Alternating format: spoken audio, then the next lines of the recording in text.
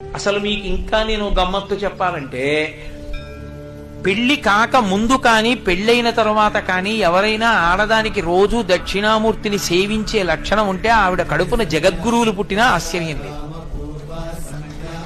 శృంగేరి పీఠాధిపత్యం వహిస్తున్నటువంటి భారతీ తీర్థస్వామి వారు వాళ్ళ అమ్మగారి కడుపుని ఎందుకు పుట్టారో తెలుసా? ఒకసారి నేను శృంగేరి వెళ్ళినప్పుడు హరిప్రసాద్ గారు నన్ను భారతీ తీర్థస్వామి వారి అమ్మగారి దగ్గరికి తీసుకెళ్లారు. ఆ మహాతల్లి ఎంత ప్రేమైకమూర్తో నిజంగా. ఆవిడ జగద్గురువులకు తల్లి. ఆవిడ నా క్యాసెట్లు వింటుంటారట. అంతకన్నా నా జన్మకి ఇంకేం కావాలి, సౌభాగ్యం. ఆవిడ నాతో మాట్లాడుతుంటే నేనన్నా, అమ్మ ఒక్క మాట చెప్పండి చాలు, జగద్గురువులు మీ కడుపున పుట్టారంటే ఏదో ఉంది, మీకు తెలిసి ఏం చేశారమ్మా, ఇది కారణం బహుశః.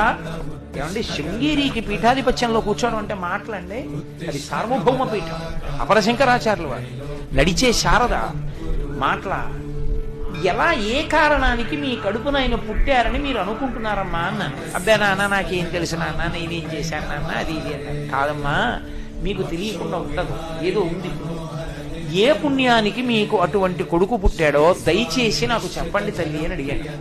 అడిగితే ఆవిడ నిజం చెప్పారు. నిజం చెప్పారంటే ఆవిడ అబద్ధం చెప్తారని నా ఉద్దేశ్యం కాదు, నాకు అవగతం చేశారు అని. ఆవిడ చెప్పారు, నాయనా నాకు తెలిసో తెలియకో నా చిన్నతనంలో మా నాన్నగారు కోటప్ప కొండ ఎక్కేవారు. రోజు దక్షిణామూర్తి దర్శనానికి మా నాన్నగారితో పాటు పరిగెత్తుకుంటూ కోటప్ప కొండ ఎక్కి దక్షిణామూర్తికి నమస్కారం పెట్టొచ్చేదాన్ని.